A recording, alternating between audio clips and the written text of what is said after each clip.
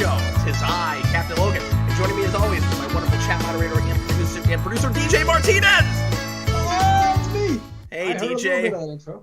Hey. What's up, buddy? And joining us this evening, as he sometimes does, it's Brandon Grimm. Yes, it is. What's up, Brandon? Today I am Bad Kitty. Yeah, what did it do? What did this sure. cat do? I've been perplexed by this all evening. Oh, man. He's got a cat. Any number of things. Yeah, you guys in the comments, help us decide the backstory for this cat, because I'm fascinated by this T-shirt. So there's this cat, and I guess whatever it did was in New York. There's this cat, and it got taken to jail apparently for some crime, and it's got a. I almost said wanted poster. It's got a mugshot. that'd be good too. It's got a mugshot. Yeah, that's wild. Well, I'd like to send my cat to jail right now for spawning a bunch of fleas in my basement. My basement is full of fleas. No. That's awful. Horrible. Gotta get I some didn't even people think of that. That could just be like a normal, awful thing that cats do that we don't like, that we just decide is illegal just for cats. Because we asked Jason what his idea was, and he was like, well, it murdered a dog? And we were like, well, that's interesting. And then he went too far with it and decided that the cat ate the dog. Well, With an axe murdered him and then ate the. It just didn't flow. It spiraled out of. Asked for more. It's like when a little kid tells you about a dream that he actually had, and then he keeps going making up stuff after what clearly he really dreamed. Yeah. Anyway, welcome, folks. Thanks a lot for tuning in this evening to the Captain Logan Show. We appreciate you watching live if you're doing that, and thanks a lot for watching after the fact if you are doing that instead. Tonight we're gonna keep it to an hour as close as we can, and we're gonna talk right here in a minute anyway, right at the start of the show about the new Venom sequel trailer, Venom Let There Be Carnage, a title I just cannot say with a straight face. They did the thing, I mean, I'm sure we'll talk about this. The thing in every movie that makes you groan is when they say the character's name in a line of dialogue and they made it the title of the movie. I mean, I don't mind that so much because it's the name of the movie is Venom something, and you're gonna say Venom's name in it. So if you put a character name in it, I'm not, you know what I mean? Like, it's not a big deal to have the. But you're just talking about the end of the first movie where he says the word. I think you meant in the trailer. No, I'm just talking about in general. When you say a character's name, like it's gonna be an abomination. Everyone that's the worst. But I think we're talking about something. The title. Yeah. They put it in a sentence in the title. Yeah. Well, that's just because. Sorry, I thought you were talking about something from the actual trailer. No, they're doing like a roundabout sort of quoting the line from the end of that movie as if everybody didn't make fun of it. It's really strange, but like, how did we not call this Maximum Carnage? It's right there. Maybe they're just like, we don't want to really adapt Maximum Carnage. We're kind of going our own way, so we don't. Yeah, so anyway, but we'll talk about it. I don't have a lot to say, but we'll talk about that trailer here in a minute. That's going to be the lead-in topic for tonight. In the remainder of the hour, we will take your questions and talk about whatever you guys would like us to talk about. Ask me stuff, ask Brandon stuff, ask us both stuff. You can even ask DJ something if you really want to. Pop culture things, sci-fi stuff, superhero things, superhero movies, whatever you'd like to chat about within reason, we will talk about this evening. If you want to make absolutely certain that your question or topic is talked about on air, you can leave a super chat in any dollar amount, and that really helps us keep things rolling on the channel. So thanks a lot to everybody who has done or ever will do that. But if you are not so inclined to do that, leave a pre-written question if you want to, and we will do as many of those as well. Tonight I'm doing another square off poll for the show, and I will reveal the results at least for everybody that voted during the program tonight at the end of the show, presuming I remember to do that, Brandon, but I'm gonna try. I will try to help you remember. Thank you. Tonight's square off poll, and the link is, you know what, I don't think I remembered to put the link in the actual description, so I'll throw it in the comments here, but it is in the Geekvolution social media right now. It is about the Venom trailer, and the question is as follows. Based on the trailer, do you wish Venom Let There Be Carnage took itself more seriously, because I think it looks like more of the same. So the responses there are, yes, the first movie is too goofy, or no, it should have the exact same tone. So let me know what you think about that, and I will read the responses at the end of the program. Go check out Square Offs and answer some more polls. It's a whole lot of fun. Now, we're going to go ahead and get into the trailer business, shall we? Brandon, it's been a while since you've seen the Venom movie, and so long that you didn't even remember the Carnage thing, so you were surprised by Woody Harrelson even being in the trailer, and I had a hard time not rolling my eyes. I'm sorry, Brandon. You did, but I mean, that's just how I am with those things, and we've been around this table before, I feel like, but... Get a little closer to the mic. I was surprised by that, but once you reminded me, I don't remember the scene itself, but I seem to remember seeing Woody Harrelson at the end. He always surprises me when he pops up in things, but this trailer... can I give you my answer to the survey now, or do you want me to wait till Yeah, sure, go right ahead. So I'm just going to say I think it should be more of the same, honestly, just because I like movies that are, when they're sequels, I like movies to... especially when they're as much fun as I had with this movie, not knowing a lot about Venom myself, as much fun as I had with this when I watched it in the movie theater, I feel like it should be of a similar tone, I didn't want something necessarily that was... Now, that's not to say something that took itself more seriously couldn't have been great or better, but I just think that it was a fun romp the first time. I'd like to see what they can do with it the second time. Yeah, I mean, my main worry is that it'll just somehow kind of be the same movie again. I can see that. Even with Carnage. Like, the main thing that I really liked, and I'll even go as far as to say loved from that first movie, was what little interaction we got with Eddie and the symbiote, and how hysterical the symbiote's voice is, also played by Tom Hardy. He's doing both.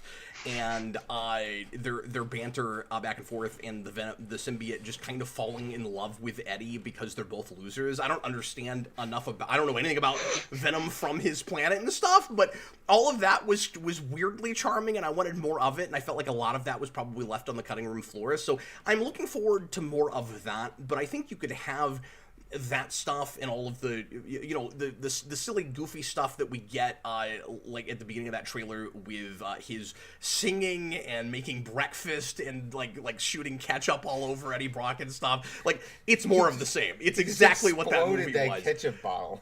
But I think you could have some of that stuff and still tell a somewhat more sophisticated and at least not as paint by numbers story, and I'm hoping that somehow there's a better balance this time around, because I think we could genericify Carnage just as much as we genericified the last villain. Not that I really care anything about what was the name of that villain, DJ? The guy who ran from that. No, I mean the actual symbiote. It was because that movie is so generic. It was Riot. Riot, that's what it was. Yeah. I want to say Toxin. He's way cooler. Yeah, and a lot of people are talking about Toxin with this movie. I don't know if we're actually getting that. I don't know if people are bringing up Toxin because we're supposed to be getting it, because all I really know is the trailer. I haven't been looking that deep into the production of this. But anyway, I don't know. Do you have that fear, DJ, that it's just going to kind of, like, not just be the same tonally, but be another really super paint by numbers? Yeah, I mean, I posted in the Discord right after I found it and sent it to you. I posted in the Discord. I was like, "You guys pumped for Venom 2? That trailer makes it look more like exactly the same. Like, it's like the exactly. I don't know. It looked exactly the same to me. It was surprisingly so. Which I thought they would. I mean, I thought they would steer more into it because it did really well. But I don't know. I don't know what I wanted. Like, I don't think you could salvage it. It's not like I don't think you could go somewhere amazing from that first movie. I think, I mean, I don't want to say that, but I do think you could salvage it to some degree. I think you could go for a slightly different genre. You could do kind of the Captain America thing, and do more of like an honest to God psychological thriller with it. And I think they're gonna kind of like dance around that and just do like the comedy silly version of that. I really thought that it might sober up just a little bit. And again, we're just talking about a trailer. They might be selling it on all the stuff that they thought like was the reason that it did almost $1 billion last time. It is entirely possible that happens, but we got a lot of dialogue with that monologue from Cletus Cassidy, and the writing sounds like the writing from the first movie. Like, that does not bode well if you want something a little bit more sober and a little bit more, like, actually scary and psychological thrillerish. I can see the business end of steering into the goofiness of it if you really think that that's why it sold last time. I'm not totally convinced of that. I don't know why that movie did as well as it did, and I don't know if that's going to be, good for that. I don't know if that was smart. If afterwards we're going to give it accolades for doing that, just as far as the money goes, or if it's going to be like a Ninja Turtles 2 situation. I don't know. I find it hard to no matter what they do. And I'm talking about from the 2014 franchise. It's doing worse than the first one. Like, yeah, because that first one is so bad and it still did good. Like, I don't know how you can make a worse movie than that unless you intentionally. I don't know.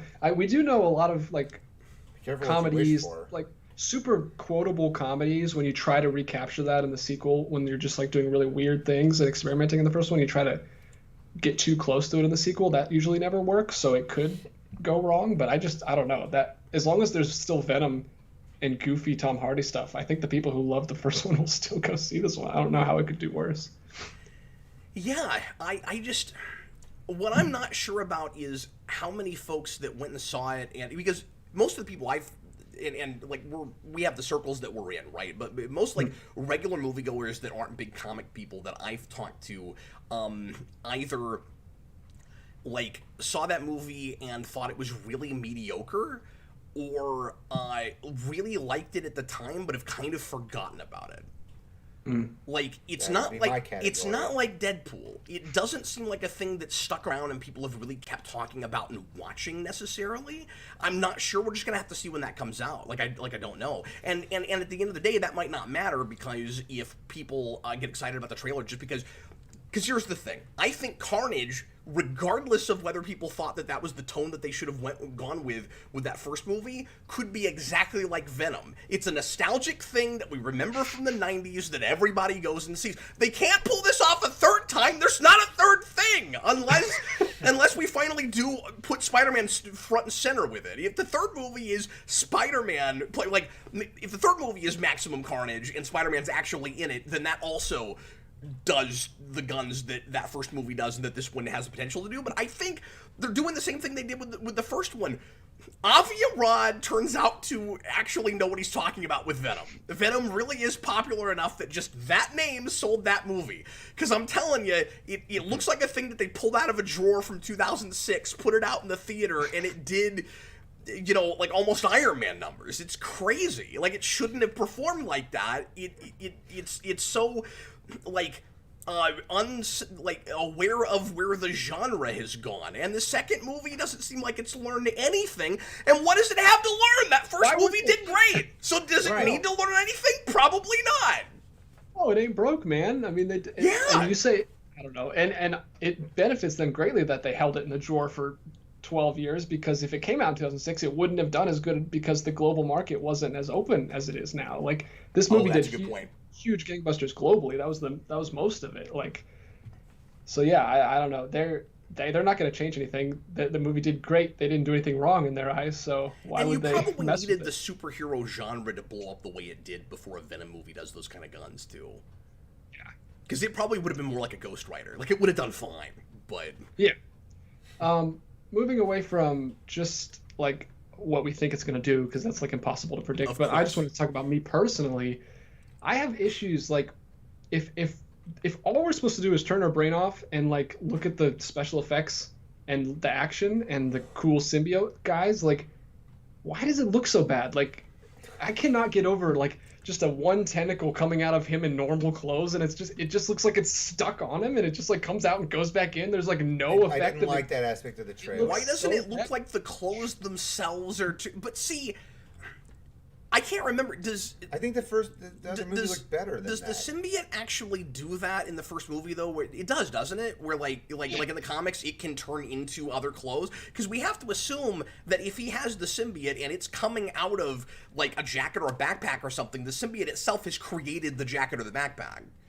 Yeah, but in the comics, we always make it look more because it like comes out from the back and the tentacles are everywhere. When it's just one lone tentacle that doesn't even look like ooze, it looks like a squid tentacle, and it's just coming out of the middle of his back, and we see it actually coming out. It just looks like it's pasted on. And also, why is it a tentacle? If we did that in the comics, it would be like a. Well, maybe it would be a tentacle. I was gonna say it would be like an arm and it would like wave or something, but I don't know. Like, and I have. It's also we only see. We've gotten so tentacly with Venom with this franchise. Like, we complained about this, DJ, when we did the commentary for Marvel Mania.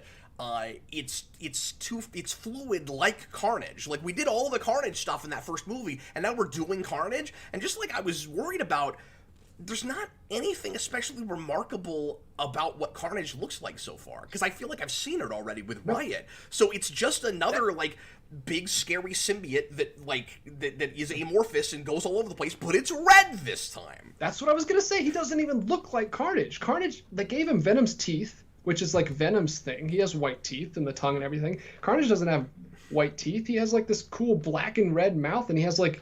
He's mostly red with like black, like doesn't even look. It just looks like a red Venom.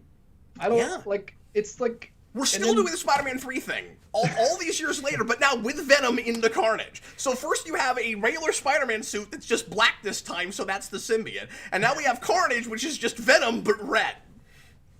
Yeah, like I mean, and this is nitpicky, of course, but that's all this movie has for me is just to look at the characters, and if the characters look stupid, then why should I even care? Yeah. It's so crazy, and like you said, Carnage might be enough to get people in on this one, but if we hadn't done a symbiote villain in the first movie, it would be a bigger thing that we got a symbiote fighting a symbiote. We just did it! Yeah, with another... it's just not that big of a deal, and it looks like there's at least one other symbiote. Oh. I don't know what that is, but there was another like symbiote head that didn't look like Venom's head that was coming out of something really? else, so like I think there's more symbiotes. So did these symbionts arrive differently from the first movie, or did they just not get destroyed when he destroyed all the symbiotes? I don't know how Cassidy in this is getting the Carnage symbiote, because we see it looks like a medical thing where like he's hooked up to a machine, and it's like they're feeding him. It's like they're removing his blood and transfusing. See, I thought it was but I thought I couldn't decide if that was blood or if that was the Carnage symbiote being put into him, because it's red either way, right? But there was a green thing too that was like I didn't see that. The green ooze, and then his blood was coming out, and then like I don't know, so it's got either Ninja Turtles ooze or kryptonite, which fuses with the Venom symbiote somehow and creates Carnage. Because the thing is, Carnage is supposed to be an offshoot from Venom in the comics. Okay. And the Venom symbiote has an offspring, and that is Carnage. And then it takes over Cletus Cassidy. We don't see anything in this where Venom seems to have left anything behind. They're not showing us that, if that's what it ends up being. It looks like some sort of unrelated medical experiment. So I'm going to assume that it actually has something to do with the Venom symbiote, but we actually, based on this trailer, don't seem to know that for sure. But so it would be really strange if it was...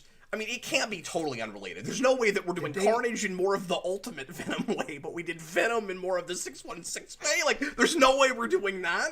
Did they completely destroy the lab in the last movie, or did the lab survive after the guy died? I don't remember, but that would mean that somebody, like, and this could be really super convoluted and contrived, that would mean that somebody, like kept something from that lab, and then for some reason went to Ravencroft and gave it to Cassidy?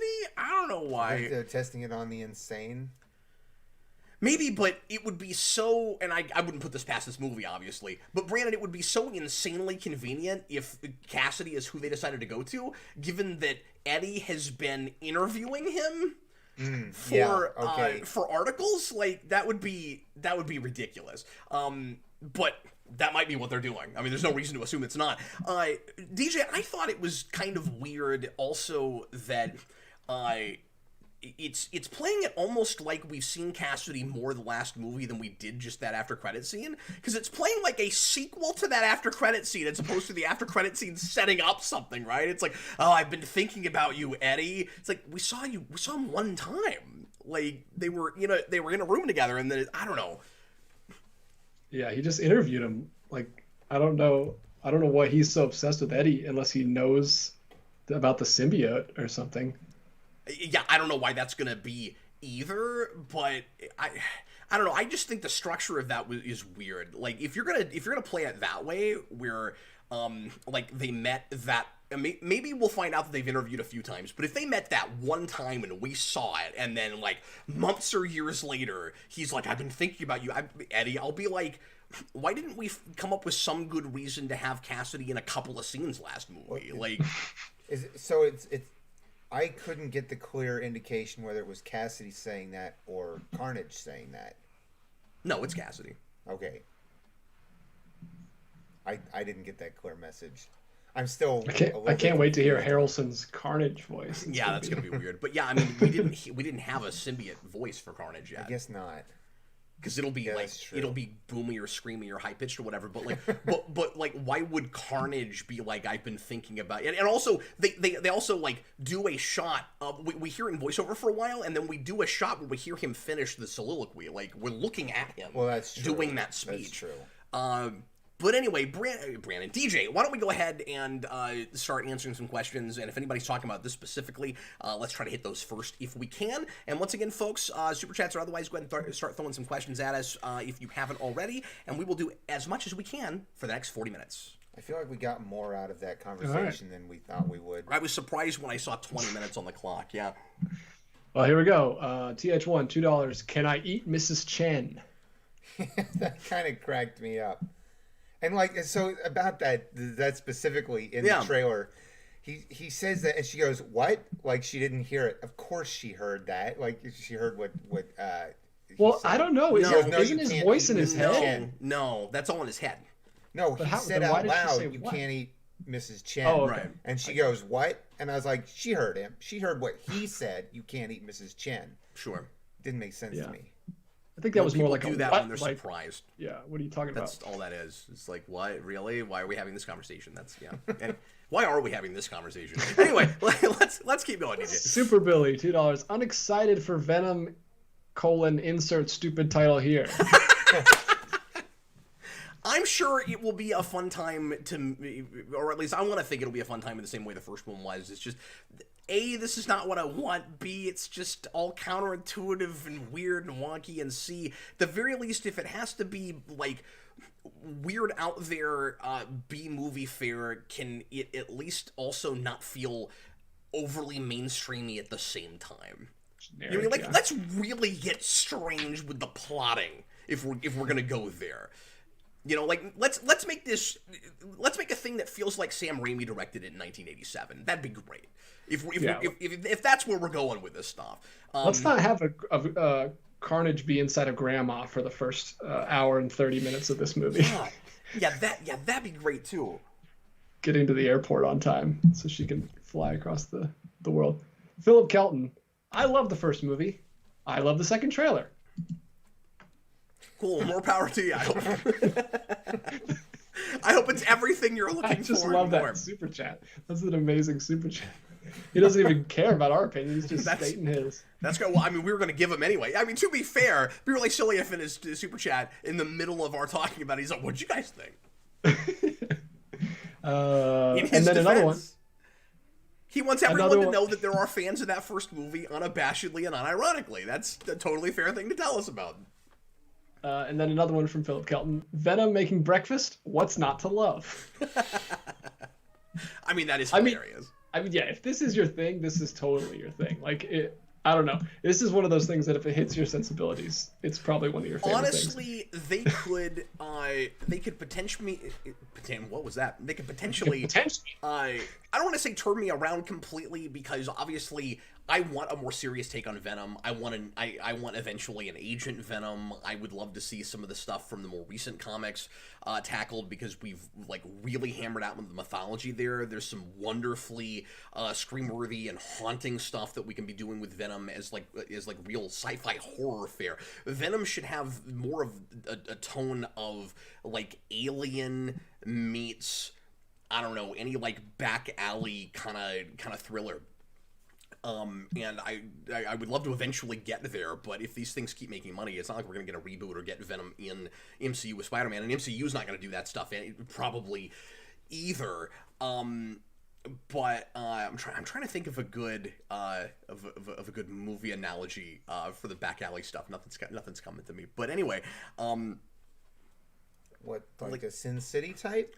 no, not really, because that's too stylized. Okay. I mean, that's stylized in the wrong way, but I don't know. I was trying to not go to more comic stuff, but anyway, you guys know what I'm talking about.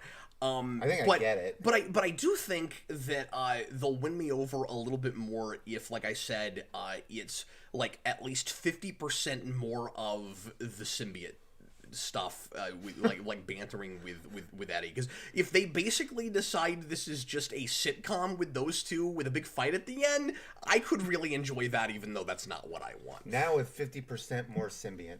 I just hope they don't spend or symbiote in this in this world.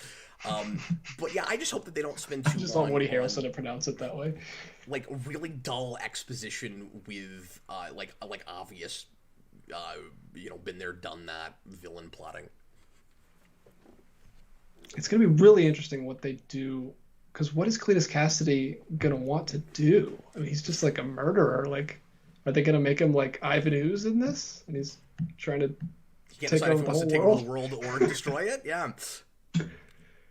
Let me see. That's and he just bottles up little bits of the Carnage symbiote and gives it to children. If your parents try to stop you, just throw it in their faces. Oh, I want that so bad. Now I want him in like a clown costume with red hair. Oh, that sounds amazing. Way better than this. John Kelly. Yeah, Blue Dragon 5. I was thinking something like Darkman, which is why I went to Sam Raimi. Yeah. But just something, anti-hero and vigilante-esque. That's real, like, late 80s, early 90s, urban upheaval stuff. Oh, DJ, I'm sorry. Remind me if the Daily Bugle was referenced in the first movie. I think... Had we had that already? I think when he's doing his, like, montage in the beginning, he says, like, Eddie Brock for the Daily Bugle. No. He's not working for the Bugle because he's not working for a newspaper. But here we see a Daily Bugle newspaper. Well, he's in. Isn't he in? Is he in New York in the first movie? I thought he flew out to like. Oh, that's California. That's a good point too. Yeah. His girlfriend worked for the Bugle? No. So she's not in news. But so what I'm wondering is if that's supposed to be yet another hint of trying to merge this with the MCU. Because we have gotten Bugle references, I think, in those. I think. Yeah, tell me if I'm right or wrong about this in the comments, guys. But yeah, so I was just kind of wondering about that. Also, why does he have a print newspaper? Because it's the comics. I get that he's broke, but does he not have a phone? Yeah, I thought. They're saying he was in San Francisco the first movie. So unless he's going back to New York in this movie, but then he's still at the shop with the old lady, so I don't know what's going on. Yeah, that's what I'm confused about. Watch them just have him holding that because it's a Spider-Man thing, but he's never in New York. Because I didn't even think about New York. Like, it's Daily Bugle. I don't think we referenced that in the first movie, and people are saying in the comments that we didn't. And also, the Bugle isn't a newspaper in the MCU. Blessed Sim just pointing out that what you thought was a medical procedure in the trailer I took as a lethal injection. Good call. You know what? That probably is what that is. Oh, I wondered about that too, and then I just dismissed it. No, of course, and I'm dumb for not thinking of that. Of course, that's what it is. I mean, that technically. So maybe it is. Maybe it is that Venom. Maybe it is that Venom. It's an left anti-medical procedure. Well, I mean, it is. I'm sorry. What did you say, DJ? Maybe it is that Venom spawned a little bit of him off onto him, and then when they try to kill him, Carnage comes out and he escapes. I was just assuming that the red stuff was the Carnage symbiote coming into him somehow. Because they did a deep close up on it, and I thought that was what I was supposed to take from it, but that might not be it at all. Yeah, it still could be. Maybe someone tampers with it and puts it in there that wants him to escape, and there's another villain or something. No, I bet you're absolutely right. He must be on death row, and we see them try to execute him, and then he turns into Carnage. That's great if that's what it is. Yeah, I mean that, and that makes you a little more hopeful, right? I mean, not necessarily, but. That it's what I'm gonna want, but I mean that's a good way to get him to break him out of Ravencroft. Sure. I can't. Blue Dragon 5 says it's very clearly a lethal injection because there's an audience and everything. I didn't notice the audience, or I didn't remember that. Okay. Anyway, moving right along. John Kelling, Venom v. Red I suck Venom. at trailer talk, guys. I suck at it. Go ahead. Yeah, we don't watch the videos with the red circles. No. Venom I watch the v. trailer Red twice and then I say whatever comes to mind. I'm really bad at this. Go ahead. John Kelling, Venom v. Red Venom, Dawn of Let There Be Carnage. That was a working title. Seriously, he doesn't look like Carnage. They He should looks like keep Red Venom. working on it though. Because I mean, what the actual title is better if that was the working title, but then so is the Harley Quinn movie title, the Birds of Prey title, but only by like that much. Yeah, if they had added more adjectives into the sentence "Let there be carnage," then it would be great. It's like Venom and the attempted execution of one Cletus Cassidy. Then we would have realized it was a lethal injection. See, they have to spell it out for us right in the trailer, or right in the title. Hey, look, they had to spell out Harley Quinn being emancipated. Joker's not even in that movie. Like, it was really important to put that in the title. We would not have understood what was happening. That's not true. There's a whole monologue about it at the beginning. There's a whole clunky monologue about that right at the start. Clunky monologue. Yep. Phil Kelton, look, these movies are about parasite relationships. Probably Venom having child and not telling Eddie. Is going to be the heart of the movie. Wow, that would be amazing. I missed the first part of that. Sorry. He said, look, these movies are about parasite relationships. It's probably Venom having a child and not telling Eddie is going to be the heart of the movie. It should be a soap opera on that level. That sounds amazing. It should be. This movie should have been what that. Did you ever see that rom-com trailer that they released of the first movie? It was like not a YouTube thing. It was like a main trailer that they released, but they cut it like a rom-com when the Blu-ray came out. It's hilarious. That's exactly what this movie. They should have steered into that.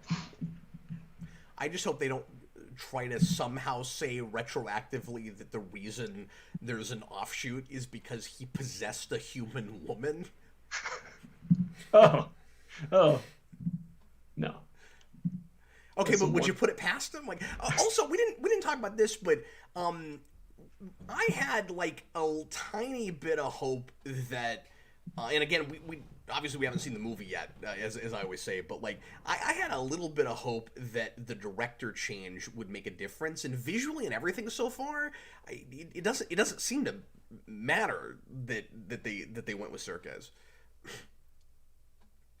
At least the effects are done before the trailer came out.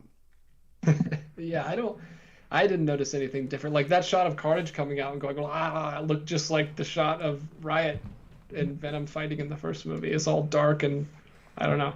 But at least there wasn't a shot in this teaser, because remember, it is a teaser of stuff flying around, and we don't see yet what the thing is that made the stuff fly around until the later trailer, where they actually added the Riot doing that. That was amazing. I don't think there's any of that. 5590AS, favorite Venom comic? Cinegraphic. He doesn't like being called a parasite! Favorite Venom comic? Thanks for the super chat, man. I still go with the Remender run overall. As far as like actual Eddie Brock Venom stuff, at this point it's the Donny Cates stuff. What I've read of it anyway. I think I read the first 20 issues of that, 15. I need to go back and finish that, and I think he left and somebody else kept going and finished it, but I'm so out of the loop on current books. But like I said, the mythology got so interesting, and it was just the perfect tone, and it was like what Lethal Protector in the 90s should have been. Like if Lethal Protector could have been taken seriously and wasn't the most like ridiculous thing you ever read, that's what it would have been, and it's just wonderful. But I do really enjoy the stuff that McFarlane was drawing just as we got the what is that, the McLeany stuff, just as we first get the Venom symbiote and all of that. Like Venom starts great, but once we try to make him an anti-hero and make him a protagonist, it all goes downhill from there until it slowly goes uphill. And I have a soft spot still for Maximum Carnage. It's not a great story, but it's a guilty pleasure for me, most certainly. I still love to go back and read that book. I was kind of hoping for Shriek in this, but maybe we'll get lucky and they'll set her up. Maybe they'll set her up at the end. There's gonna be shrieking. Oh, please do that every time. And then the third movie is called Let There Be Shrieking. Oh, man. What is this franchise? I'm going to skip to some more Venom ones. I will get back to your other ones that aren't about Venom. I'm just trying I to did not expect out. that we'd be talking about this trailer for 35 straight minutes. That's amazing. This is TH1, $5. Only in theaters. What's up with that? Thoughts on this decision? No pause button for my viewing, I guess. Great show tonight. You are the best on YouTube. Yeah, thanks for mentioning that. I wanted to bring that up too, and I'd forgotten about it. I thought it was really amusing that. Am I remembering this right? Because at the beginning of the trailer, it said only in theaters, and then either at the end of the trailers or the trailer or just somewhere else in print, I saw only in movie theaters. Like, it's been so long since we've been in theaters, we gotta spell out what kind. Only on Broadway. Only in movie theaters. But anyway, yeah, me personally, and I know not everybody feels like this, I'm a little bit bummed out about having to return to theaters. I've gotten really used to watching stuff from the comfort of my own home, and am not in a place anymore where I feel like I've got to see a lot of stuff in the theater. There may occasionally be things where I'm like, that is just so much meant to be seen on the big screen, I really want to go that way, but like, it's... Like my time is real limited these days, and having to take the time to go see a thing that I'm not like super stoked about, and I don't feel like I need to see on a big screen. If I wasn't still reviewing new stuff, especially superhero movies, I would wait on everything. I like stuff that goes to the theater first that I can't get on demand right away or isn't being released in both places at the same time. I would be fine waiting 3 months for this movie. And it might not even be 3 months at this point, because more and more I think things that do release in the theater first are going to go to digital a lot faster, or at least I keep expecting that to happen. I don't know if I'm right about it, but yeah, so this might be one of the first things in this genre anyway that you're going to have to go to a theater to see. But I don't know, because like Black Widow was supposed to be that way, but Disney's caved on that. And they're letting you spend $30 again, like with Mulan, to see it on Disney Plus.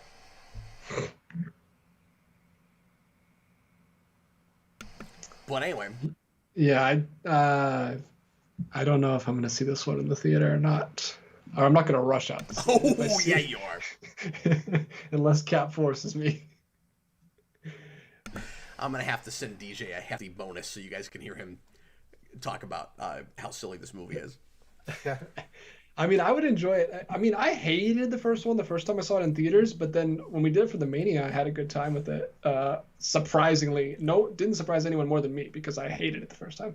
Red Davis, is this a thing people have been talking about? I'm gonna jump on the bandwagon and say that Shriek is in the trailer, even though I don't remember seeing her. Yeah, everybody's been yelling at you saying she's in the trailer. Is she in there? Okay, if she is, I couldn't tell that that's who that was supposed to be. Yeah, there's like a woman in the prison that's screaming. I guess we're supposed to. Oh, maybe that is Shriek. Okay, I mean, you should introduce her here, even if you're not going to do much with her until later, because she should be at Ravencroft with him. If we're basing stuff on the comics, I say should. I never want to do that. You don't have to go straight off the page for me to still like your movie, and for you not to have a take, certainly. But I'm just saying, if you were going to do it, more or less the way she was originally introduced, that's how you do it. Ryder, $2. Would you wear a Venom COVID mask and matching tee? It's really funny you say that, because for a long time the only COVID mask I had was a Venom COVID mask, and specifically from that movie. So it's hilarious that you say that. Yeah, I would, and I have both. Of course you would. Would totally do that. Yeah. If I still have to wear a COVID mask when I go see that movie, that is absolutely how I'll do it. Unless I can get a full-on Venom costume, because I would totally do that if I could get my hands on it. Absolutely. But I'm kidding. I'm not gonna pay for that right now. Anyway, but when the mask mandate started and masks weren't readily available everywhere yet, and people were kind of like chomping at the bit to get like cool graphic ones, because there weren't a lot of companies making them yet. Immediately, I turned to my son and I was like, Jason, do you remember when the Venom movie came out and the comic store was giving away those masks, and nobody understood what they were for? Because, like, they just go around your face and you hook them, at your ears. And I was like, why would anybody ever wear that? We got a couple of them. Like, they were just giveaways that the comic shops were doing. And our guy at Elite Comics here in Kansas City, he gives me a couple, and he's like, this was a giveaway thing. It's weird. I don't know why they're doing masks, but they are. And like, it's got the Venom, the Venom mouth with the tongue. And it just, it looks silly, and I guess it was just a fun giveaway thing. And then I was like, They set us up to deal with COVID. It's a conspiracy. The comic book artists are behind COVID. Yeah. It was amazing. So like, I had COVID masks already and didn't realize. So that was the only one I had for a while. That's amazing. This is from Divid22. Shouldn't the Venom symbiote be on this show talking? We kicked that around and we decided against it. I was 100% for it. The first thing DJ asked me was whether or not Venom was coming back. We could have brought back that great background again. That story. Yeah, but Brandon was like I'm glad that ultimately we didn't do it because Brandon was coming, and that would have been kind of strange because like it would have been strange regardless. Regardless, yeah, no, that's true. I mean, no stranger than what I'm used to, honestly. But like, I haven't watched that movie in a while, and I'd have to like get back to that headspace and get that voice back. Like, I mean, I know I was doing a synthesizer thing, but you like, wanna watch it? No, I got better things to do. Better things. Let's do a commentary on all of Marvel Mania Phase 2. We'll just watch on the actual. Oh yeah, the whole commentary for Infinity War will be like, it's starting to come back to me. Because when we did Endgame, we both panicked for a second. Wait a minute, we forgot to do Infinity War. We did that movie. It's like an almost 3-hour movie. We did not remember that we did that. In one ear, out the next. Or 2.5, or whatever it is. Yeah. Anyway. What else we got? Have we had one question not about the Venom trailer yet? Yes, I've been skipping. I'm going to go back to them. I mean, have we answered one? Oh, no, we haven't yet. I'm still on them. Amazing. I'm still on them. Divid22, Cap and Group, thank you for including me and Brandon in the group. Do you want a symbiote for daily help? No, I think it would be more trouble than it was worth, especially if you had to constantly try to get it to not eat the heads of your friends. Yeah. Well, as we saw from the beginning of the next trailer, it's clear that he has worn out some of his welcome with Eddie. Like, I just feel like it would not be helpful at all. It would be a hindrance. Massive hindrance. I mean, they're having exactly the same argument they did at the end of the last one. Like, he's just constantly having to hold him back because the Venom symbiote likes eating people. Like, but I mean, just the mess in the kitchen. He's like, why is this happening? He's destroying my kitchen. I'm gonna have to clean it up later. Right. But why can't he come out? Well, remember... Why can't he just be a being? Why does he have to live inside of him? Remember, at this point, he basically had already eaten the insides of Eddie in the first movie, and Eddie was basically dead, and he's keeping him alive. I don't think that's what it is. No, seriously, like, his heart had stopped and everything. Like, that's what I specifically remember about the first movie. Boy, I never took that from it. That, like, he requires the Venom symbiote to live now? That's what I got it by the end of the movie. And if I'm wrong, let me know. But, like, that's what I remember about that. DJ, that's for sure not what it is, right? I don't remember that. I thought the symbiote was what was hurting him, because when he goes to see Dan the Doctor Man, and he does all the scans on him, he's like freaking out that he's got this thing inside of him, and they take it out of him, and he seems fine when they take it out of him. I remembered that he had no life signs. No, you just need to go back and watch the movie again. He survives for like a couple of scenes before he gets it back, and he's like just being interrogated in a chair, and he doesn't have the symbiote, because that's when it takes over the girl for a minute. Unless, I mean, I know the symbiote kept him alive at the very end when he crashes into the water after the explosion. Yeah. So if there was a line after that, maybe you're right. But the whole thing at the end is just he's sticking around because he likes Eddie, and he's decided he thinks Earth is cool. Like, yeah. He just says we're bonded permanently. I mean, yeah, like I think it is a permanent bonding thing. on the side of the symbiote, but like, could Eddie not survive if the symbiote was taken out of him for an amount of time? I don't think there's enough in that movie to even know. Just needs to go to a bell tower and. But again, I've done like God to kill Peter 8 Parker. commentaries and a bunch of reviews since then. This is not fresh in my mind. I was right now. gonna ask if Eddie had walked by any churches recently. Like, that seems like it would be a real problem. Like, you know, to make sure you're not passing any stone churches. Well, yeah, because that's the classic Venom thing. Yeah, of course. Yeah. But like, Philip Kelton, Maximum Carnage is awesome. Not a single event in comic books have made me feel there were real stakes as that scene of a mother about to kill her baby. Oh yeah, I forgot about that. But it is still also really silly. Yikes. John Kelling, $2. Shriek was in the trailer. We even saw her scream. Yeah, we talked about that. Thanks for putting in the thanks. super I chat. missed that. Again, I'm really bad at this. I did look at it twice, and I watched it again right before this. But these things on screen for 3 seconds, I don't always pick up the significance of them. We have finally exhausted the Venom 2 And I had not heard whether or not she was supposed to be, so I'm wondering if there was already talk about that and people already knew about it. But shall we change the subject? When I go back and look at it again, I'll be like, oh yeah, obviously that's Shriek. Yeah. Yes, please go ahead. All right. First non-Venom 2 super chat. Super Billy, $5. Spiral, aka Saw 9, seems poised to explore race/police malpractice. Bet it'll do an even worse job than Falcon and Winter Soldier and HBO's Watchmen.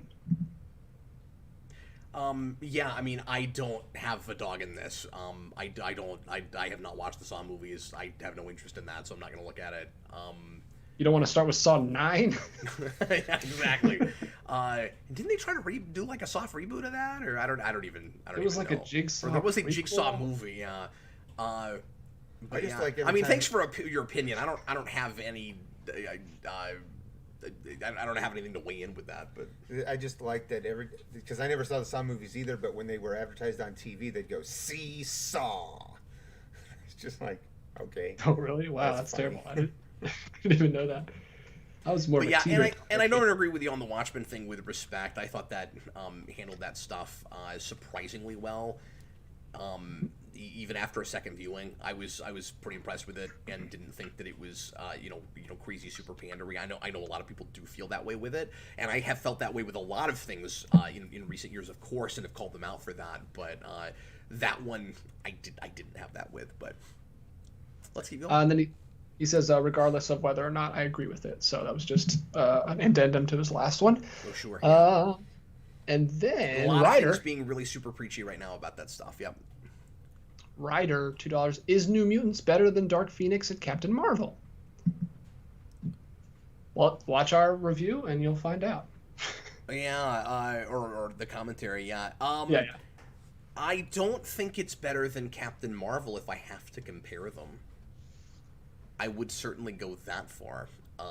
I think it should have been a lot better than Dark Phoenix, and I think it got compromised in some really unfortunate ways where it just became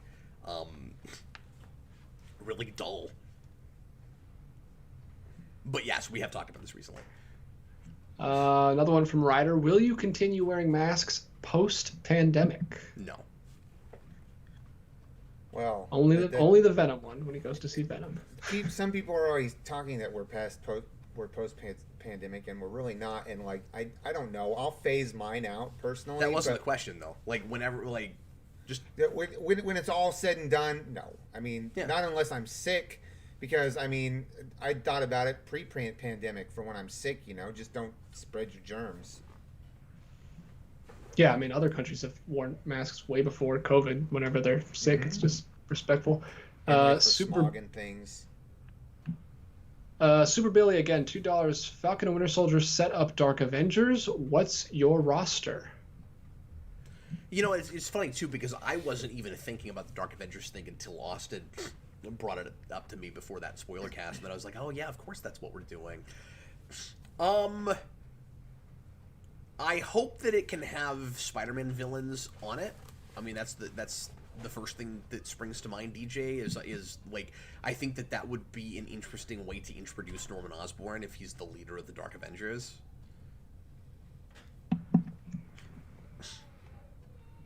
Yeah, that'd be interesting. But yeah, beyond that, I mean, very on brand for that Spider-Man universe. The thing to keep in mind, though, is I am not convinced yet that the TV side and the movie side is going to integrate and go back and forth that drastically. I think that we would have, or I want to think that we would have already had some kind of more major characters in key roles or cameos in those first two shows, and we haven't. I think that if we were going to have more crossover and spillover with those, we would have had a more major like Wakandan character from the Dora Milaje in that, and that it would have been a Koya or something. And same thing with like the Skrull chick at the end of WandaVision. I think that they're gonna kind of keep them somewhat separate, but there will be discussion about them, and they'll be brought up, and and will in small ways inform stuff. So like obviously we are, for instance, like we're gonna have Wanda in the next Doctor Strange movie. Everything that she went through in WandaVision is gonna have to inform her in that, but like how prominently featured is she in that movie? I don't know yet. Like that's gonna be kind of the big tell. So the reason I bring that up is to say, if that whole thing was there to set up Dark Avengers, is that setting that up for movies, and then when we do them there, it won't matter if you've seen that show, or is it going to include, I was going to say, is it going to include any characters we saw in this show, but I don't know who it even could really use, except for Walker. Like, if he's part of that group, then maybe, but I would think that he would probably stay on TV side. Like, I really doubt we'll see Walker in movies. But maybe when they do Captain America 4, I don't know. I'm just trying to talk this out. I'm not even sure if I'm remotely right about it as I'm talking about it, because going against the argument I just made, they're using the same writers for Captain America 4 that made Falcon and Winter Soldier, and if they deal a lot with stuff that happened in that show, then I will be completely off base. So anyway, I'm just saying I have no idea what characters they're likely to use, or whether that team, if we do it, is going to be a TV thing or a movie thing. But DJ, I would think that Dark Avengers is more likely to be a TV thing, if we're setting that up. Yeah, maybe so. I know nothing about Dark Avengers, so I'm totally lost in this conversation. I don't know a lot either. I didn't read. That was during a period that a lot of people weren't happy with, and it was right before I started buying new comics during the decade that I was doing that. See, I've never read Dark Avengers. I think Norman Osborn I don't even know if it's a was good part of that team whole or thing. Bad team. People are saying Or was Abomination. that Thunderbolts? Well, but also there's been talk that maybe that's Thunderbolts and not Dark Avengers, so I don't know. But yeah, I'm not the person to ask with this because I've not read that. But just as far as like, what your dream list would be of like anti-heroes or villains that would be, in a Dark Avengers team of stuff that they've got access to or that they've already started using. I don't know. Nothing brilliant springs to mind. Yeah, I'd like them to use Abomination and Leader, who they set up. Yeah, that's fair. Finally bring some of that stuff back, but they don't seem like they want to at this point.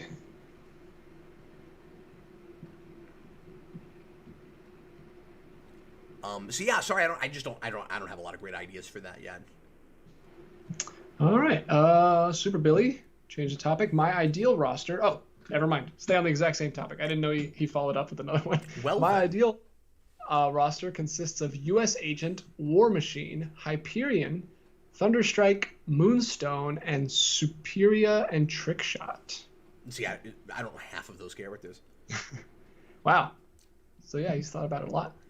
I mean, it's cool to see more War Machine. And I could see War Machine on potentially a Dark Avengers team, depending on where you want to go with it. I guess I was thinking of like even more initially anti-heroic type characters. And the reason I was having a hard time coming up with stuff is a lot of things that I would think of, like Punisher or whatever, are characters that we've already, used in Netflix shows that we're not going to use right now, probably. But I guess anything is possible now that the Netflix rights have reverted back. TH1? For at least Daredevil. I don't know if they have for everything. Yeah, no one's talking about that. They're only talking about Daredevil. Yeah, exactly. That's why I'm not sure. TH1, have you heard of Stan Lee's Superhero Kindergarten? No. I don't know what that is. That is a animated kids show that he has been talking way up in the Discord. He really likes it. Oh, interesting. When did that come out? This year. It just came out. Oh. It's Arnold Schwarzenegger voicing like a teacher of superhero kids.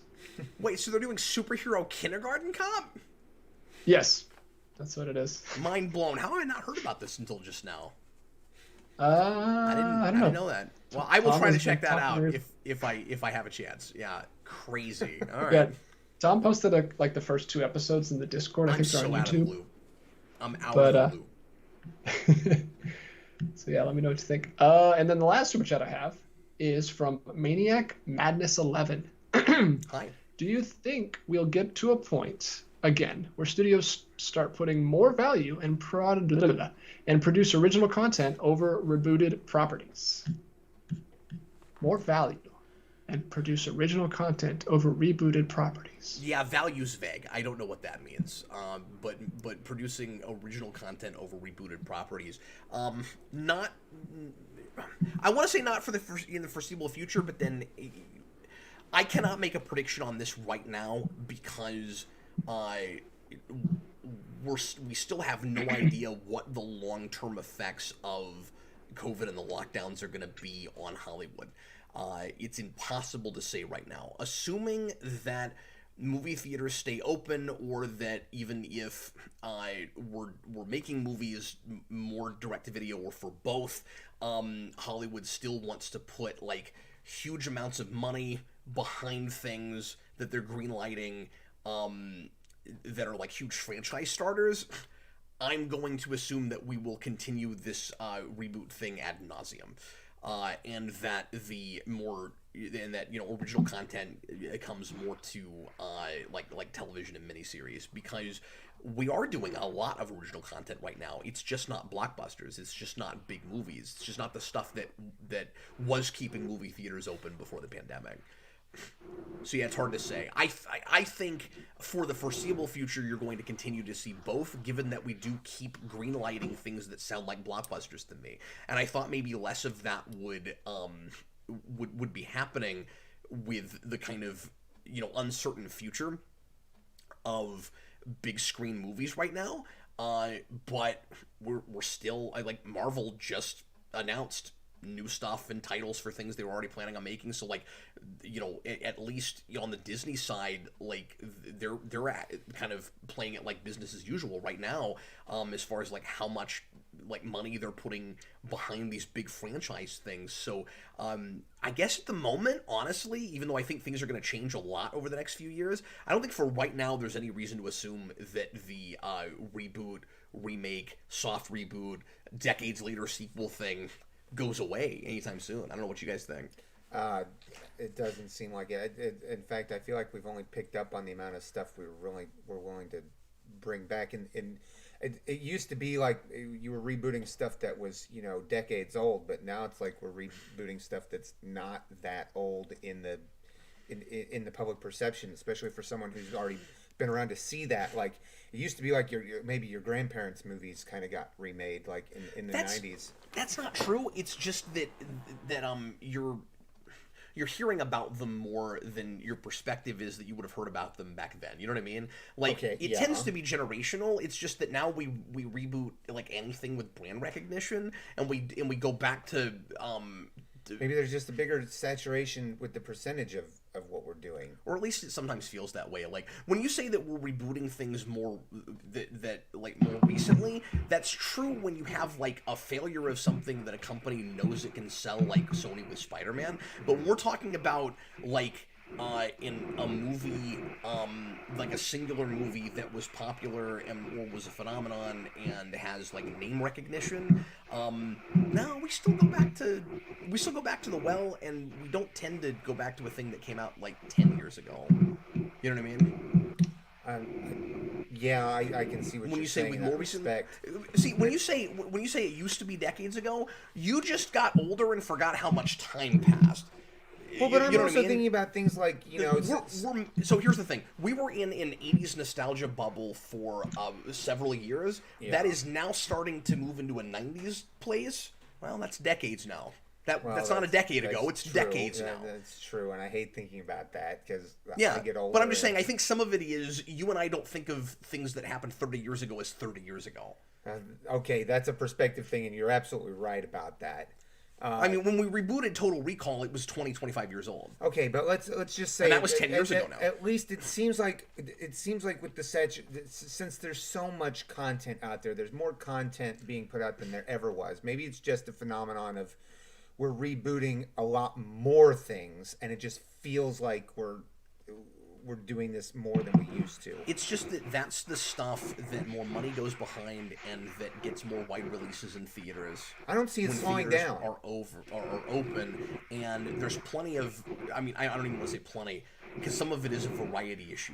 But like, there's a lot of stuff, like I said, that goes to small screens and it's like TV and miniseries and things that are original stuff. There's also a lot of smaller original films that get made that a lot of people just don't end up hearing about about. So a lot of it is more about what's being advertised directly to you in your own bubble than anything. So how do you break out of that? That's my question. How do you break out of that and to get to see some of the other smaller things and maybe new content?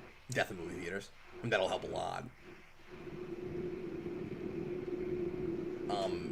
Like, companies not putting so much money behind like us, like a single huge project with name recognition. But anyway, let's keep moving on. DJ, how many more super chats do we have? Because we're already at an hour, so we're gonna have just 4. Okay, let's knock those out real quick, and then we're gonna bid everybody farewell. Sorry we didn't get to as many topics tonight, but I got another person, and that always makes things take longer. So go ahead, DJ. You're welcome. Could a Hyperion movie set in the MCU no worries. work? Just another voice. It's gonna take longer to get through a topic. Yeah. Sorry, say it again. Could a Hyperion movie set in the MCU work? Marvel's Superman. I've been asked this before, and I don't know enough about that character. I honestly think at this point that's going to be one of those things that most people aren't going to know about or care about, and you're going to have some kind of a really interesting take and spin, and it's going to have to be like Guardians, a trailer that looks like nothing anybody's ever seen before or haven't seen in a long time. But I can't speak to that character because I've read very little with him in it. And I don't think Hyperion really is Marvel's Superman outside of power set. Like, the values and things are not exactly the same, I believe. But I don't want to speak too much to that because I don't know anything about that character. Lewis Cox. Oh, Cap. Do you have some action figures from Hasbro's Marvel Legends? I think a couple from a long time ago, but I don't actively collect figures anymore, with the occasional exception of Power Rangers. I do buy some of the Lightning Collection stuff. My kids and I don't actively collect that, like I said, but occasionally there's one that we just gotta have. Between that and the previous Bandai collection, the Legacy stuff, I've got all the Rangers I really care about. It'd be nice to have some more Psychos, I guess, but like beyond that, so yeah, I don't collect figures anymore. I had so much money, spent so much money on Marvel Legend figures. I had really? so many of the full waves back in the day. They got expensive. Stopped. They just kept going, man. Yeah, they used to be awesome. They started with the Spider-Man Classics line, which was awesome. It had like Black Suit Spider-Man, Red Suit Spider-Man, Man Spider, and Rhino, and then it had also 2 variants that were Scarlet Spider and 2099, which I had both, and then it morphed into the Marvel Legends. So which give is me what just a second. When that last super chatter mentioned Hyperion, in my head I heard Sentry. Hyperion is a different thing. That actually could be really interesting. But I wouldn't put it in the MCU. I wouldn't do any of that stuff. It would be neat potentially to do a Supreme Power thing. But it would be kind of like doing, I don't know, sort of a Watchmen thing. It would be like an alternate, like, dark social commentary on superheroes again. We've just had so much of that recently. But it would be really interesting and gutsy, frankly, if Disney did a thing like that. I would be really surprised if they did, and if they did, it would have to be on television, and people would probably compare it to The Boys and be like, you're just doing The Boys, but like, that comes before that. But if you went back to the Millar stuff, or not Millar, if you went back to the JMS stuff, and adapted some of that, I mean, I would do straight up Supreme Power. I wouldn't just do Hyperion. But yeah, I'm sorry, when you said Marvel Superman, my brain went to the other guy, to Sentry. That's who I was thinking of. But yeah, they've done some more things recently in 616 with those characters. I don't love those being in the same universe personally.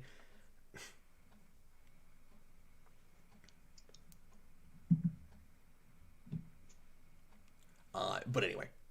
Okay, Divid 22, Jupiter Legacy. Will you review? I may. I'm not sure yet. I was asked that last week, and I just got to see if I can fit it in somewhere. But I am curious about it, and I'm hearing really good things. Interesting. Yeah, I saw it on Netflix. I put it in my list, but I don't know anything about it. The big thing I gotta decide. Sorry, real quick. The big thing I gotta decide. Yeah. One of the things that has made me wait on some of those shows is not being familiar at all with the comic source material, where I feel kind of weird.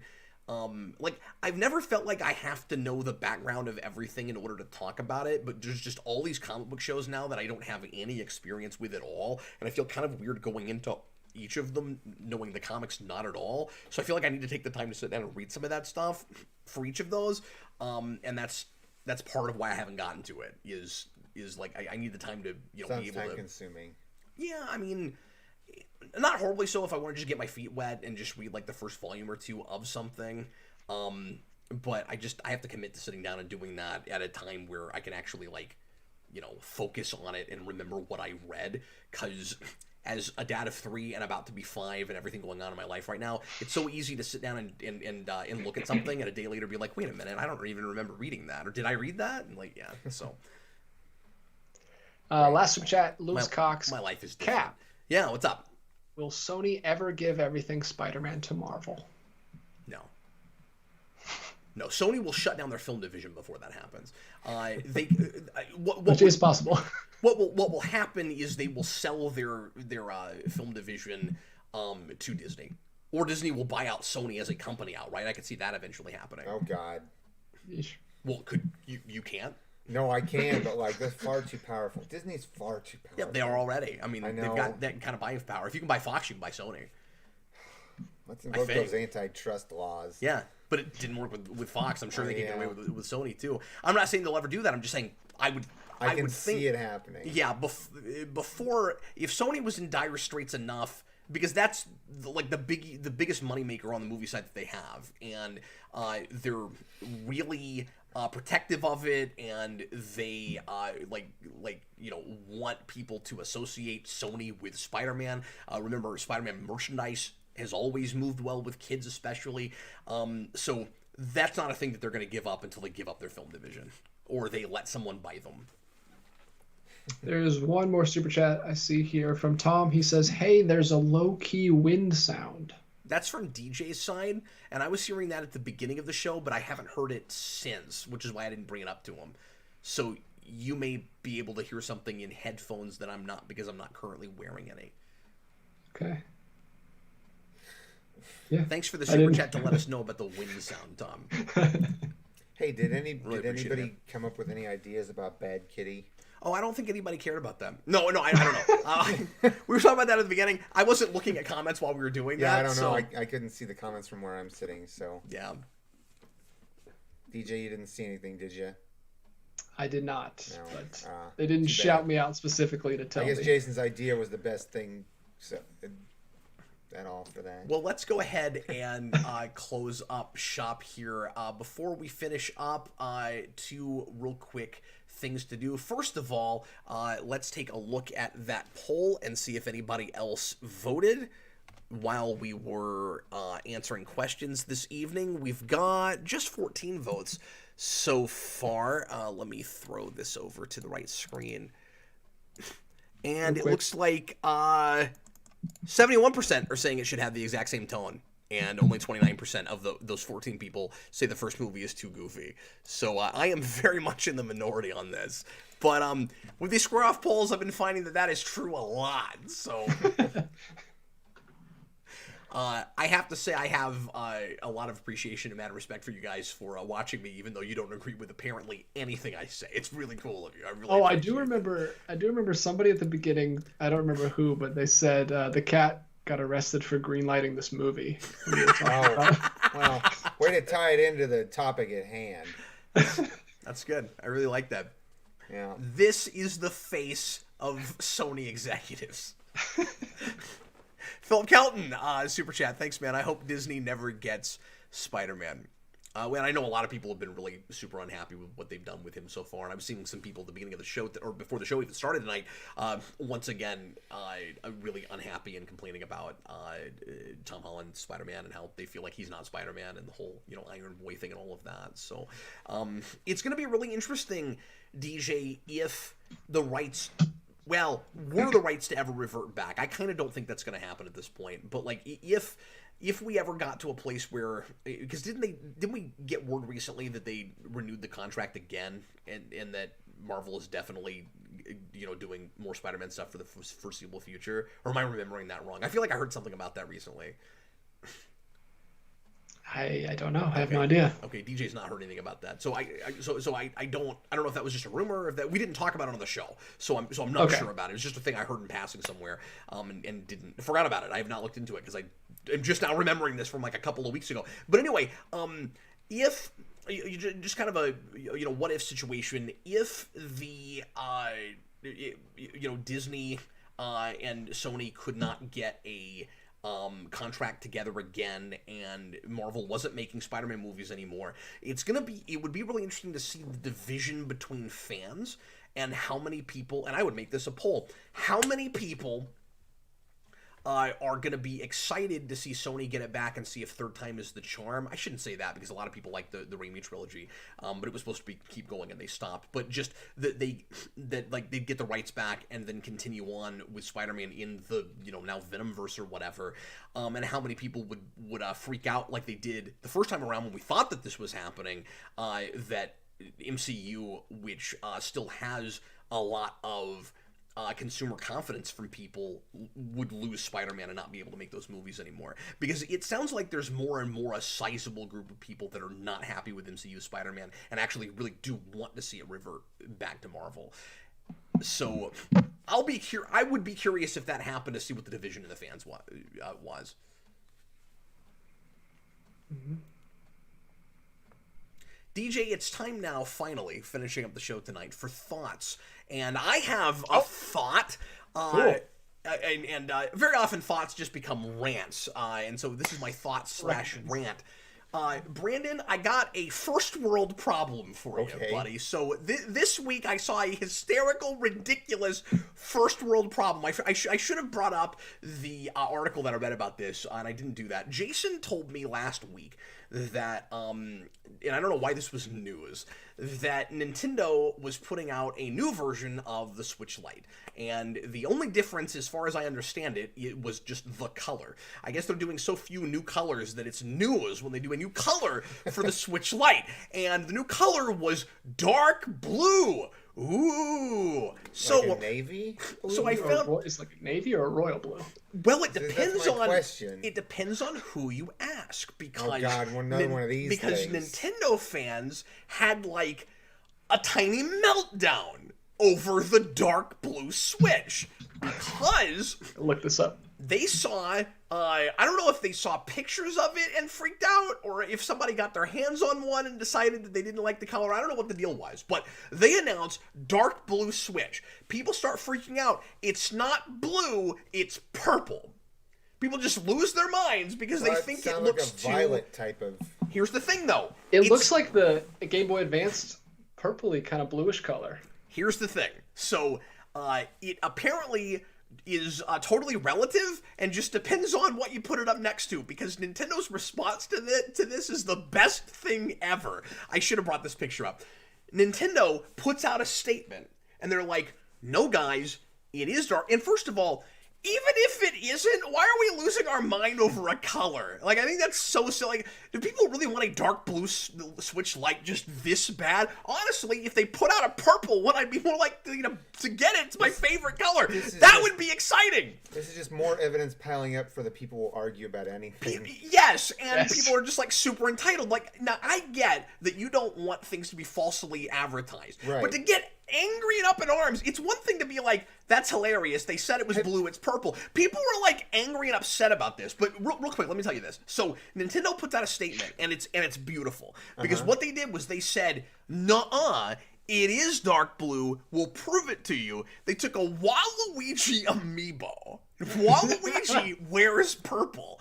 They took a picture. They put it up against the dark blue Switch, and compared to a Waluigi amiibo, clearly dark blue. That is awesome. Now it is well known in like color sciences and things like that color is subjective to what you have next to it. Precisely. It can really. That's why certain optical illusions can make you think that this area is lighter when it's actually the same color as this gray area over here. So if they're responding just to a picture, that's dumb for that reason. Yeah. But also because different cameras are gonna make things look like I don't know. Now. But I also realize that the public consciousness is so quick to forget certain things. Those of us that might remember, who are old enough, remember the early days of the internet where you only had a certain color set. You didn't have 32 million colors even able to be displayed on a thing. So they would tell you it was one color. You would see something and you would get it, and it would be a completely different shade of what you were looking at. So. Like, I've been there. Well, sure, but in this day and age, people would expect it to look the way that they're saying it does. It's Right, just, but it is clearly dark blue. No. So the colors. So yeah. I found this article one morning, just a few minutes after Jason had woken up, and I knew he was upstairs doing his schoolwork, and we homeschool, and he was working on his tablet. So I sent him a message about this, and I was like, look at this article, and he sends me a message back, and he just goes. And he goes, people. Just people. His son is a 70-year-old man. DJ, do you have any thoughts? No, I actually didn't think about this. I will say I watched a great movie last night that I'd like to recommend. A Face in the Crowd. Have you seen this movie? No, but it's so... When is that from? 57. Okay, is that Andy Griffith? It is Andy Griffith's greatest performance. Okay, so he's amazing. So my mind is absolutely blown that you are bringing this movie up, and let me tell you why. This is no joke. We didn't set this up. We've not had a conversation about this. No, I didn't even know we were doing thoughts tonight. This morning, I on a whim decided just out of nowhere to show my kids an episode of the Andy Griffith Show because they had never seen it before. Oh wow! Yeah. And we watched it, and for whatever reason, they really took to it, and like they were asking for more of it with lunch. And then I got it in my head to go look up part of this wholesome lunch. I got it in my head to go look up Andy Griffith interviews because I haven't listened to the man talk a lot, and I was listening to an interview where he brought up that movie, and I'd never heard of it before. And then I found a video that was a really good video essay about the film you were talking about and how much more poignant it is now and how people didn't appreciate it when it came out and that it was 60 years ahead of its time. And now, all of a sudden, out of nowhere, you're bringing it up for recommends. I was planning on tomorrow or the next day trying to sit down and watch it. We should do a review. We really should. I should watch it, and you and I should do like a real quick, 20-minute how we felt about it on it. Feel free to talk about it for a second, but we should do an honest-to-God review of that. No, I'll just say it's an incredible story about how power corrupts, but it's more nuanced than that because you can kind of see a little bit of it in the beginning, and it shows how the power just kind of amplifies how he manipulates people, and I only know Andy Griffith from campy TV stuff like you talked about, like that and Matlock, He's amazing in this. This is his best performance. I didn't know he did stuff like this. Maybe he did. Maybe this is all he did. But so that was one of the earliest things he did. He was in that one film before television, and that movie didn't do great, and he went to television. No, it's like an anti Mr. Rogers. It's so good. He's like a television host. It sounds fascinating. It's so good. I highly recommend it. It sounds it's on HBO Max It sounds almost like a Citizen Kane that starts from a place of being a criminal and having no money in the first place. Like that's what it sounds like. 100%. Yeah, he's in the very first scene is him in prison, and there's this woman going around with a radio show where she just talks to normal people, and she actually does it from the prison that time, and she just finds him and plucks him out of obscurity, and then he just goes. How crazy. Did you find that movie? I am in a list. I'm in a Facebook group with the Criterion Collection, and someone made a post about it a few months ago, about how ahead of its time it was and how, like, it was such a good movie in today's context. And I got interested in it, and then I looked it up on my streaming app to see what it was playing on. It was on HBO Max, so I put it in my list. Oh, good. It's been in there for a few weeks, and I just finally popped it on the other night. I was like, let's finally watch this. Told to my wife. So it really is a complete coincidence that you just watched this movie and I just today found out that this was a thing. Mm-hmm. That's 100%. nuts. Like if we'd done the show yesterday, I would have had no idea what you were talking about, and you would have blown my mind that Andy Griffith did a role like that. But my mind was already blown about this 8 hours ago. I had no idea you were going to know what I was talking about. I expected to come in here and have to explain it to you because I didn't think you would know. And I didn't mean to interrupt you. I'm really sorry about that. But like I saw the look on your face when I was like, "No, wait, is that?" And you were like, "How do you know about that?" I was surprised. I just found out about it today, and I've been so excited to watch it. Yeah, it's right there on HBO Max. It's really good. Cap took a correspondence course on mind reading. Apparently, or seeing the future, or just DJ's recent past. Looking into crystal balls. Oh, whoa! Hold on. We have a monument. Do you see this super chat right now? I do see this super chat. This is. Oh no! Oh What is, no! Sorry, I didn't put it together. There's a new sheriff in town, folks. What is happening? Everyone's freaking out in the chat. Oh my God. All right, go ahead and read it. This is brilliant. This is amazing. I don't know. Could this be a new? Could it be him? Has he evolved? Is he a Pokemon? Here's $10. Gives us a $10 super chat to say, here's $5, let there be Hamilton. Here's $10. Okay, everything about this super chat is fascinating to me. So the way it's phrased, I really think it is the original. Here's $5, but it may not be. It may be somebody, because it's somebody just out of nowhere, out of the woodwork. Like, we didn't have this earlier in the show. It's right at the end when we're about to shut down. Here's $5 has a tendency to pop into a show and pop out, and we don't see him again for weeks, or at least a couple weeks. So it could be him. But the other thing is he putting in a $10 super chat hoping that I'll do something on Hamilton? No, that is a reference to earlier when we were doing Venom titles. So he's saying, instead of let there be Hamilton. So that's the only thing that makes me think it could be an imposter, because we talked about that earlier in the show. But so it may be an imposter. Now I don't know. How will we know? Is he going to log into his other account as $5 and be like, "It's me, don't worry"? Let's close the show before that happens so we can keep it a mystery. Yeah, absolutely. We'll see if it comes up next time. But yeah, thanks so much. Here's $10 for the $10 super chat. We really appreciate it. Anyway, man, my mind is blown all kinds of ways right now. You guys are wonderful. Yeah, thanks so much. Clean that up off the walls. I know. Well, that's why I invited you over. That's why you came over tonight, Brandon.